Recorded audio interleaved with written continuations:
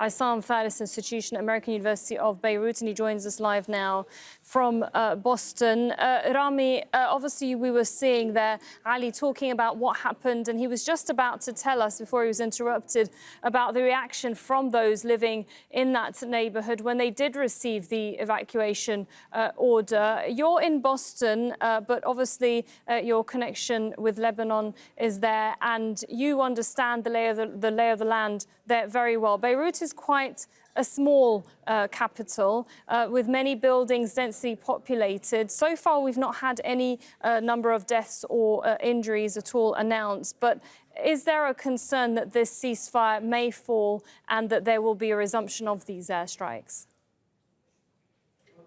Yes, of course there is. And there always has been. In fact, since 1968, when Israel started attacking Lebanon back when the PLO was there. So this is an ongoing situation. This is one more episode. And it continues a trend that sees the Israelis asserting their military superiority, which is possible because of the total American and other Western support for Israel to do anything it wants with the power that it has militarily. And the Gaza war, followed by the encounters with Hezbollah, the encounters with Iran, the fall of the Syrian government, the war against Ansarullah in Yemen, all of these things really are part of a bigger process by which the Israeli right-wing extremist, militant, ethno-nationalist, racist apartheid government is asserting not only the sole sovereignty of the Jews in all of Palestine, but asserting the power of the Jewish state, as they call it, to control events all around it in the Middle East, and this includes Lebanon. And their formula is that anybody who challenges Israel will suffer desolation, not just a pinprick attacks or an assassination here or there, total desolation. And Gaza is the example of that, and they will repeat this as necessary all over the region. They're starting to make more attacks in southwestern Syria. So this is really the way that we should see this attack. The area in Beirut, Hadath, that was attacked, is a strategically located area. It's between the center of Beirut and the airport to the south, very close, only like 7-8 kilometers to the south.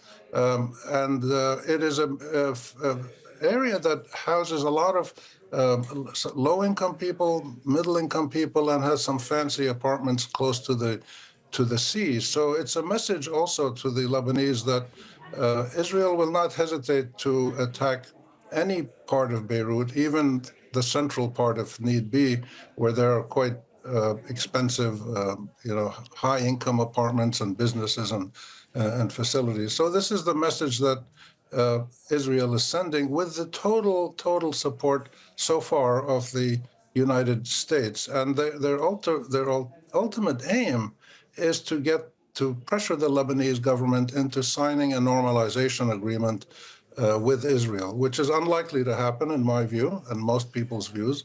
But this is what they're trying to do. And if they can't create a puppet government in South Lebanon, as they did back in the 80s and 90s, they will try to bludgeon the Lebanese society and state into acquiescing to Israel's demands. So there's a whole series of dynamics going on here at once. And wanted to ask you about the changes and the shifters in the government that we've been seeing in Lebanon. There's a new president, a new prime minister, a new government. Hezbollah seems to be weakened than when this all started. What does that mean now that this airstrike has happened? Can the ceasefire continue? The Lebanese government seems very quick to say that they don't want an escalation, that they want to protect their sovereignty. And they've also been quite clear in saying that their troops are positioned as per ceasefire agreement and in trying to ensure that there is a disarmament. Well, this is what the government in Lebanon is saying. The Israelis and the Americans are saying something different, and they're saying that there has to be total disarmament of Hezbollah, getting it out of the south completely, according to some UN resolutions whose interpretation continues to vary depending on where you are. Some people say it only means the heavy weapons of Hezbollah. Others say total absence of Hezbollah in the south of Lebanon. And this is a battle that's gone, a contestation that's gone on really for 20, 30 years, and it has no easy solution until the Israelis resolve their conflict with the Palestinians in Palestine and Israel, and ending the Gaza war initially. This is going to go on for many, many years. And what we've seen this week is a good example, because the Israelis are fighting in Syria, they're attacking in Syria, they're attacking in Lebanon, they're threatening people in Iraq and Iran, they're planning for an attack on Iran, it seems, with the United States, and the U.S. on Israel's behalf, with Israeli intelligence assistance, is attacking Ansarullah in Yemen. So you have a regional conflict going on in which Israel and the U.S. on one side are at war with 4 or 5 different groups. None of these groups can match the power of Israel or the U.S., but at the same time, what we've learned for the last 30, 40 years is that the power of Israel and the U.S.